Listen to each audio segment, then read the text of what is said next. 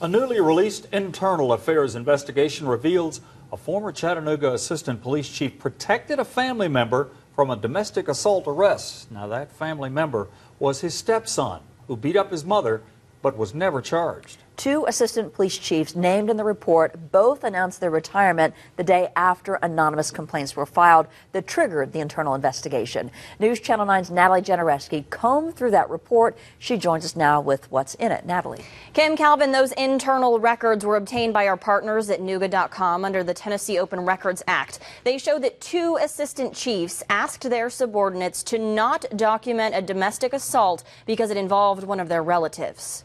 These are the findings of an internal affairs investigation ordered by then Police Chief Bobby Dodd. It focuses on these two men, Kirk Eidson and Randy Dunn. Last November, a woman called 911 saying her son had assaulted her and then he ran away. That woman was Chattanooga Assistant Police Chief Kirk Eidson's wife, April. And that teen was his stepson, Robert Engel. Engel was 17 at the time and, according to the report, has special needs. The report quotes responding officer Sloan Rancorn as saying he had begun writing the incident report and was going to file attachments on the juvenile for assault, but he got a call from Eidson, who told him not to.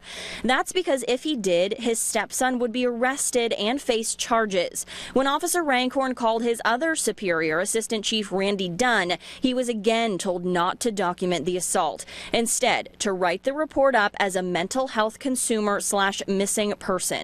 Officer Rancorn followed those orders because he reportedly did not want to appear as disobedient to the assistant chiefs.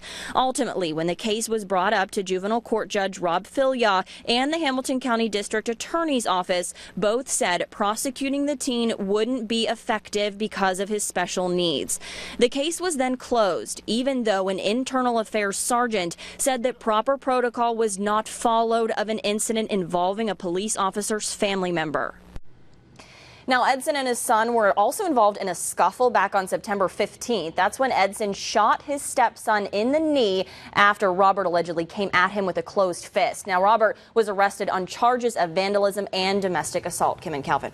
Now, Natalie, did Chief Fletcher have any comment on this newly uncovered report? Yes, he did, and I spoke to him by phone today, and here's what he had to say.